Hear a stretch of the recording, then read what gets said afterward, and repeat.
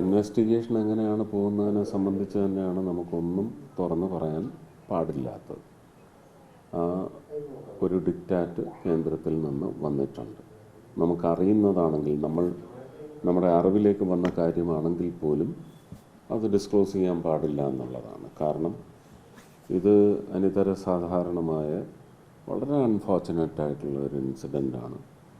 ഒപ്പം നിങ്ങൾ ഓർക്കേണ്ടത്, കഴിഞ്ഞ 30 ദിവസത്തിനകം 8 രാജസ്ഥാൻ അടക്കമുള്ള പ്രദേശങ്ങളിൽ 8 തവണയാണ് ഇതുപോലെയുള്ള ശ്രമങ്ങൾ നമ്മൾ ബസ്റ്റ് ചെയ്തത്.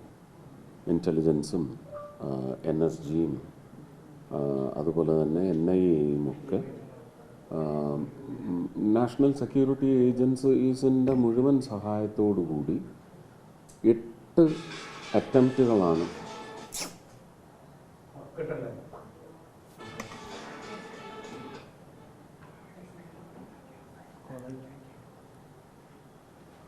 തവണയാണ് ബസ്റ്റ് ചെയ്തിരിക്കുന്നത്. കഴിഞ്ഞ 30 ദിവസത്തിനകത്തെ കണക്കായി പറയുന്നത്. ഇന്നലെ 7 മണിക്ക് ഓടി വന്ന ഒരു വണ്ടിയിലാണ് ഈ പൊട്ടിത്തെറി ഉണ്ടായിരിക്കുന്നത്. അതിൻ്റെ ഭാഗമായിട്ട് മറ്റ് 4 വണ്ടികൾക്കും അപകടം സംഭവിച്ചു.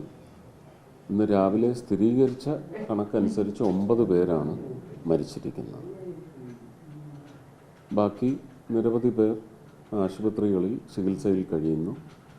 അവരുടെയൊക്കെ പരിക്കുകളുടെ നേച്ചർ എന്താണെന്നുള്ളത് അസസ് ചെയ്തുകൊണ്ടിരിക്കുകയാണ്. ഇന്നലെ പ്രധാനമന്ത്രിയുടെ നിർദ്ദേശം സ്വീകരിച്ചുകൊണ്ട് അമിത്ഷാജി സ്പോട്ട് വിസിറ്റ് നടത്തിയിട്ടുണ്ട്.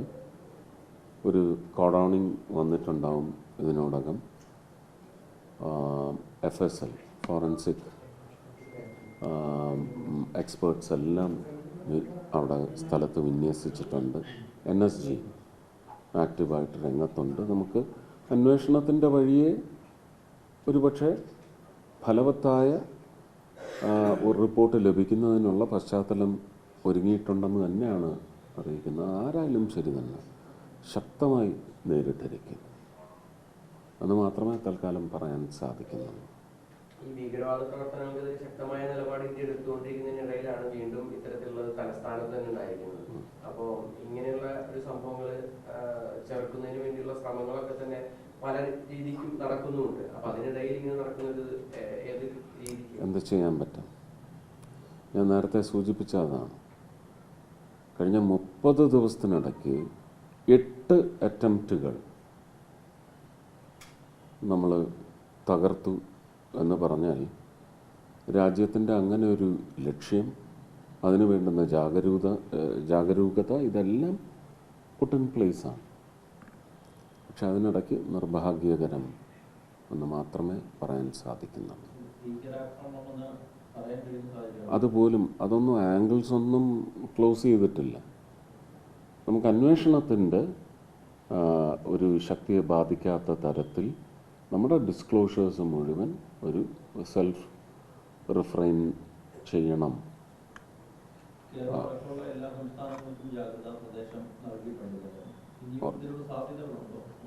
അല്ല, അത് പറയാനൊക്കത്തില്ല.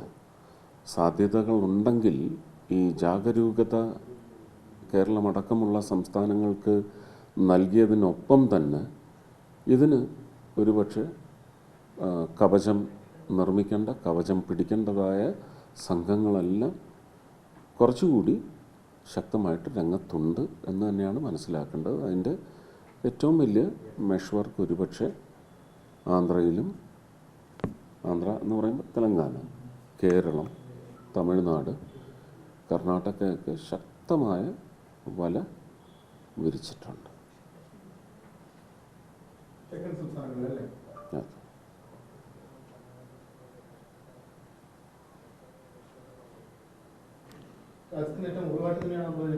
തീർച്ചയായിട്ടും രാജ്യത്തിൻ്റെ അഖണ്ഡതയ്ക്ക് ഏറ്റ മുറിവാണ്.